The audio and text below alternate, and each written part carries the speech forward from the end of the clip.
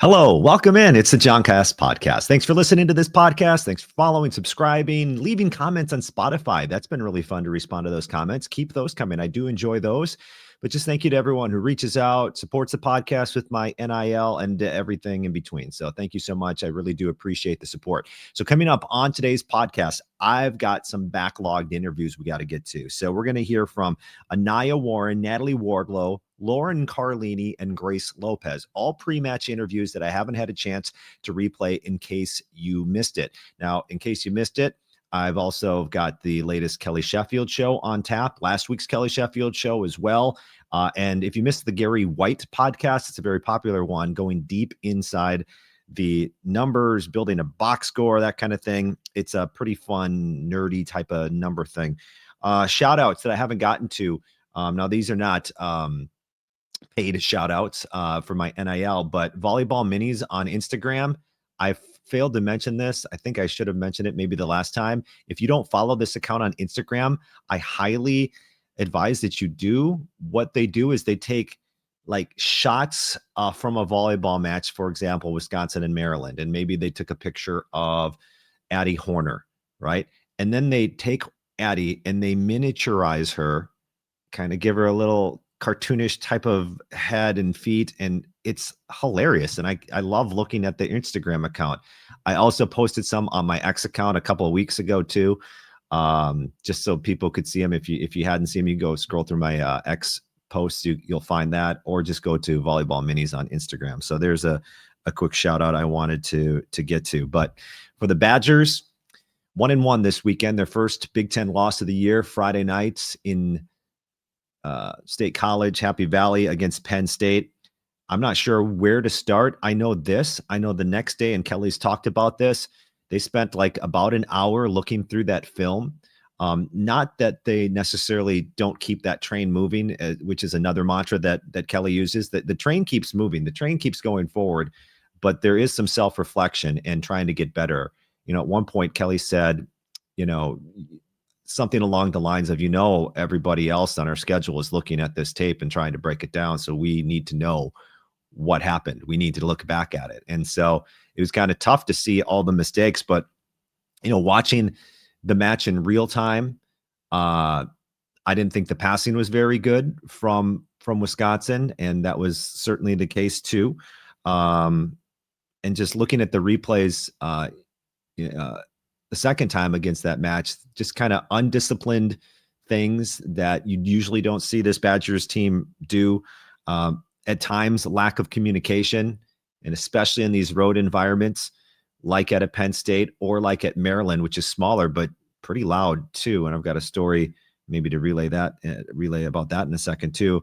And they just weren't as aggressive out of system as Penn State was. So the passing, I don't think, helped Addie Horner in her first college start. Just kind of their undisciplined mechanics, footwork, those types of things, and lack of communication at times. It all added up to what we saw, which was a Penn State sweep. Some things to consider. It is a tough place to play, and Penn State still, they're trying to bounce back. They have a good opponent on their schedule. They've had a shaky 5-setter against Maryland, and they got crushed by Nebraska, and they remember getting crushed in Madison last year. And on top of that, the program's won 3 times in State College. So there are a lot of things to consider, but obviously not the best showing on Friday. Then on Sunday, after Saturday, kind of regroup and then get ready for Maryland. Saturday, things looked much better. In fact, I have some enhanced stats.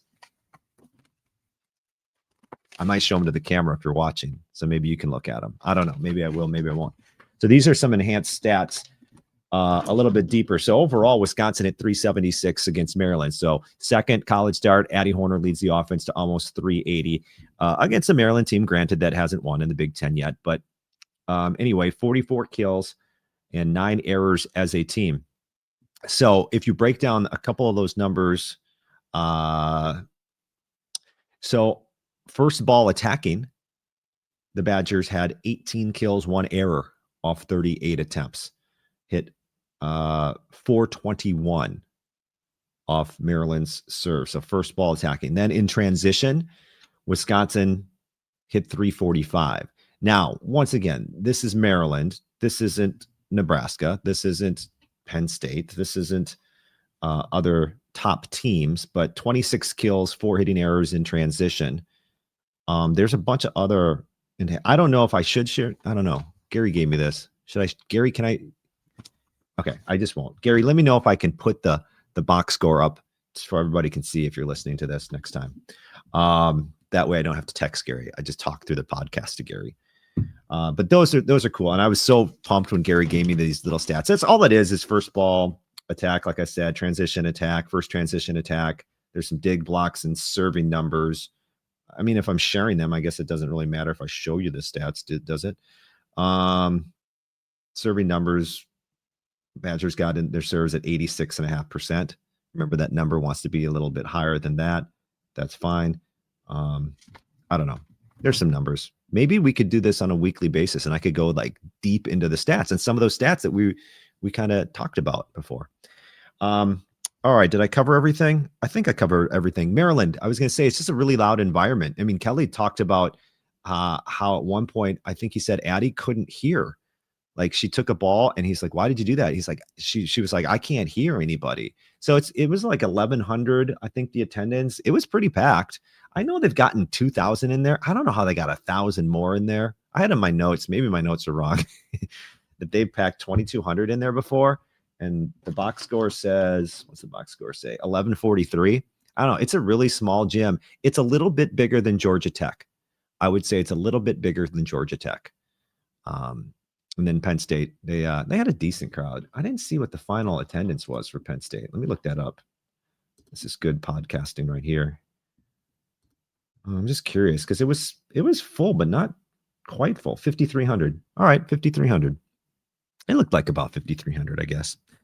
Okay, first let's get an update from Kelly Sheffield. So the Kelly Sheffield show is airing this week. It's going to air on Thursday at 9 p.m. That's a scheduled airtime on ESPN Madison. So Wednesday at 9 p.m. Tomorrow at 9 p.m. is when the Kelly Sheffield show is scheduled to air. Okay. That's as of this moment of this recording. I'm not saying that could change. So that's scheduled to air then. And then I'll post it to this podcast as well. But I wanted to bring you what Kelly had to say about injury updates, not only to Grace Egan, who, by the way, got back into, practice, was warming up with the team before the Maryland match out on the court as well. But the big one people are wondering about as well is Charlie Fuerbringer, the Badgers setter. So here's what Kelly told me on this week's Kelly Sheffield show about an update on Charlie Fuerbringer. I try not to be coy with our answers. There's just so much that you can tell, right? That you do have laws that you have to go by, and the players have the right to privacy, and not having a discussion. But but the answer around, without getting in specifics, is we just don't know. I'm hoping, we're all hoping that we get her back this year. But that's not a guarantee, man. It's not. And she is not practicing, but she is getting better and healthier. She's working really hard on her rehab. She's trying to be a great leader and support system for our team. She's kept her spirits up, which has been incredible. She's helping guide Addie and helping us with her. She's doing everything that she can. We're just so fortunate to have somebody. I love coaching her, and hopefully we're going to be able to get her back and be able to help us elevate things. But for the time being, I think we're in really good hands right now with what we've got. And I think you're asking that, and it's where are things with our others? Grace Egan is, I think, getting really close. She's starting to do a little bit of stuff in practice right now. I don't know if we're going to have her this weekend or not, but we're getting pretty darn close. Hopefully, player we haven't discussed is Trinity. I mean, we haven't had her all season. One third of our scholarships players are out, and that's kind of a tough deal. So hopefully we're able to get her back at some point. Grace Lopez, no, she's not going to be playing this year, but she's getting better every week as well. All right, there you go. The update from Kelly Sheffield. That's part of the Kelly Sheffield show. That'll be in the next podcast or on ESPN Madison Wednesday at 9 p.m. Also on the ESPN Madison YouTube channel. All right, let's get caught up with some player interviews that I haven't got to. So let's go all the way back to Aniya Warren. I believe this was Illinois. Aniya Warren, Badgers freshman DS. In case you missed it, here's my pre-match interview with Annayiah. So why did you choose to attend Wisconsin? Yeah, I just love the competitive environment and the program that is always surrounded by you, and it's just a place with great people. What do you enjoyed so far about Madison? Yeah, something that I really enjoy is like the lake. Yeah. It's very peaceful. How have you embraced your role with this team this year? Yeah, I'd say I've embraced it pretty well, and that every day you just go out there and compete hard and go hard with all those around you. Has anything about college volleyball surprised you so far? Probably not, because we've been around this game so long, and probably how long the days are. But I'd say that all of us have played a whole lot of volleyball, and when you watch it on TV, you kind of I guess you kind of get a feel for what you're gonna be stepping into. Does that get does that take time to get used to, just structuring your time management? Yes, it definitely does. But Wisconsin gives you a lot of resources to be successful. Yeah. All right, talking with Aniya Warren. So tell me about the book, I Am Human. You wrote a book. You wrote a children's book. How did that come about? Yeah, I was just one day I was in my dorm just writing and journaling. It's a place where I can just be free and let my thoughts just go out there and hit the paper. And after doing that, my mom was oh, let's publish it. And I was publish it? We're actually doing that. And then it actually happened, and I don't know. Everything's been great feedback from it, and I actually see that I'm impacting some people somewhere in some type of way. Are we gonna? You should have a series or something. Are you gonna have more than? Are you gonna do this again? I guess is my question. Probably, it's in the works, but it's just whatever. I don't see it as a job. It's just a hobby. So as long as I keep seeing it as a hobby, then it'll be fine. Yeah, you can check this out on Amazon, by the way. All right, rapid fire questions. When did you start playing volleyball and why? I started playing volleyball when I was 5. Just because I saw my sister playing and I was on the sidelines acting it out. I always thought it was cool. But I also played a whole bunch of other sports as well. What other sports did you play? Basketball, track, anything I could just get into at the school. I just got into it. I saw a video recently when one of your teammates, and I forget who it was honestly, but said there was asked who was the funniest on the team. It was between you and Trinity, and they picked Trinity. Yeah, I don't know why they picked Trinity, but it's okay. I'm just going to keep on going. But the real ones know. The real ones know who the funniest on the team is. And might have to meet Jada in the back alley for that one. Okay, who's the best singer? That's okay. The best singer, I'm going to have to go with Addie Warner. Oh, worst singer? I'm going to have to go with Kristen Simon. You know, Addie told me you were the worst singer. Yeah, it probably is me. All right, thanks. I'm just joking. Thank you. There you go. That's Aniya Warren. I love Aniya Warren's personality. She's really fun to talk to. I Am Human. It's on Amazon. You know what? Why don't I share the link if you're watching on Spotify or YouTube? Freestyling this here. Let's see if I can find it real quick. You can find it, I guess. Now I feel like I'm once again wasting everybody's podcast time. Find it. I Am Human. It's called I Am Human by Aniya Warren. That's cool. That's really cool. She wrote a book. Here we go. I got it. Whatever. Okay. I guess I can't share it. You'll find it. Just type in I Am Human, Aniya Warren in Amazon. All right. Let's keep going with these player interviews. Natalie Wardlow, I had a chance to speak with the Badger freshman. This was, I believe, before the Michigan match. So here is that pre-match interview in case you missed it. You're from Lincoln, Nebraska. You chose Madison, Wisconsin. Yeah. Why? Well, I went to camp here when I was younger, and it was just amazing, amazing community, and the teammates, they're all really welcoming, and they all just really got along, and so it just showed they had really a good culture here. And just talking to Kelly, he's a really good coach, but he also cares more about you as a person than a player. And just how he stays in contact with his players, when they leave Wisconsin, I thought was a really, really special. And just it shows that how much he cares about you as a person and as a player. Fans this season in your freshman year have got to watch you behind the service line. So can you take us through what your approach at the service line is, and what is it that you do that you think makes that serve so effective? Going in, I just talked to myself like positively, like a good self-talk, and just Kelly always talks about like making sure that you get your serves in 90% of the time. And so just like making sure that I implement like a good serve that will not like get an ace, but just get the team out of system. So it takes away like key attackers, and just getting the passers off their feet is just a really good serve. And Kelly always says that it doesn't need to be an ace, but just find space on the court to make the passers move and get them out of system. Okay, talking with Natalie Wardlow. It's going to be some rapid-fire questions, all right? So just answer however long you need to answer. What are your strongest attributes as a player and a teammate? Probably just for being a teammate, just staying positive and just hyping up one another. And then on the court, just being smart with, like, what I do, just, like, smart choices, I guess. When did you start playing volleyball, and why? I started playing 7th grade. Basketball was my main sport during that time, and basketball wasn't really working out for me, so my dad was like, you're tall, like, let's put you in volleyball, and just started doing good, so just stuck with it. Do you have a favorite athlete, and who is that?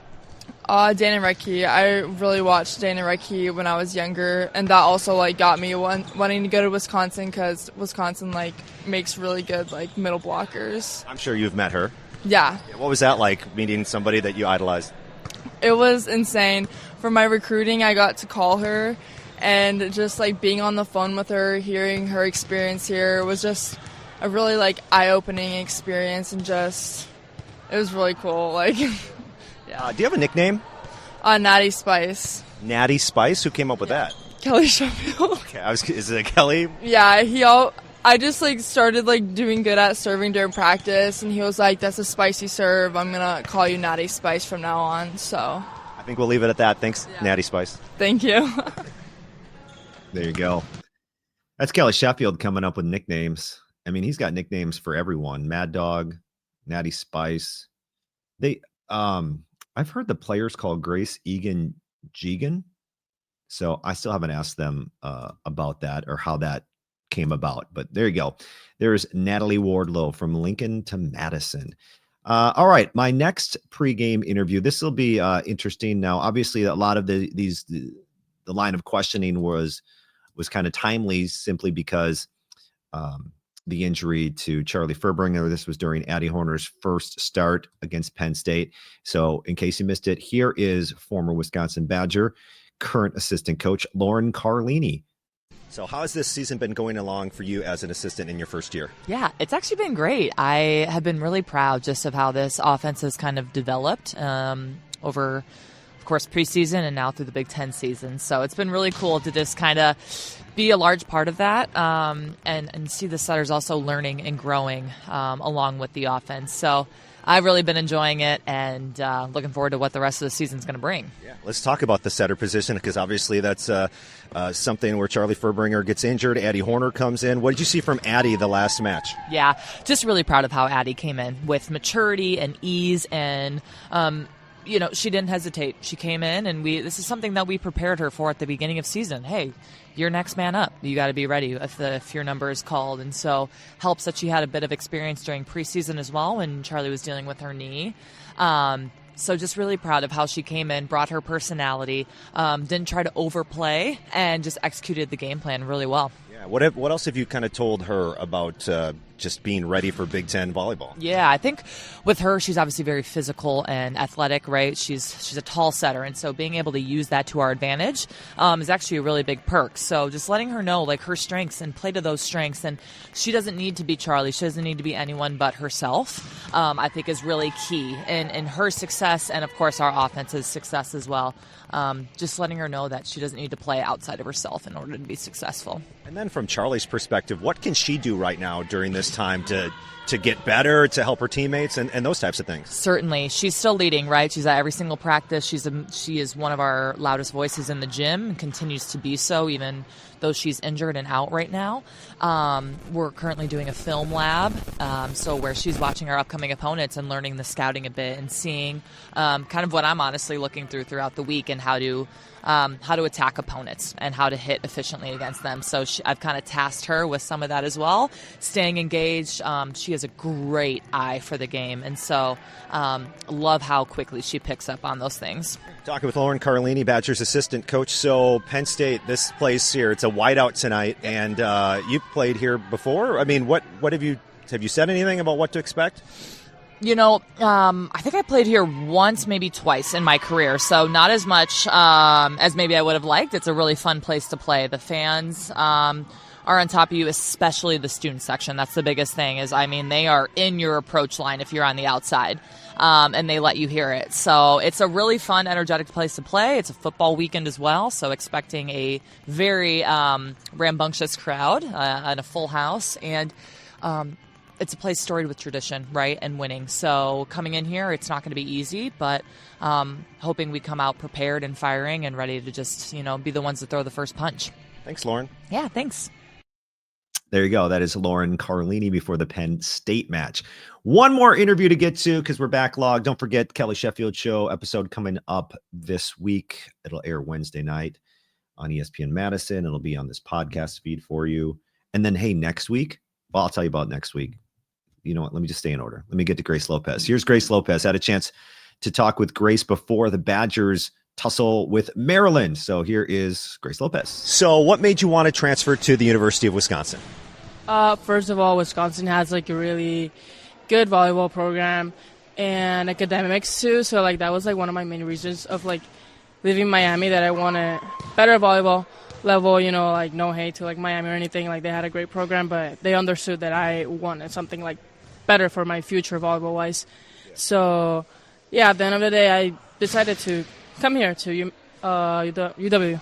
Sorry. So what has this season been like for you since suffering your season-ending injury?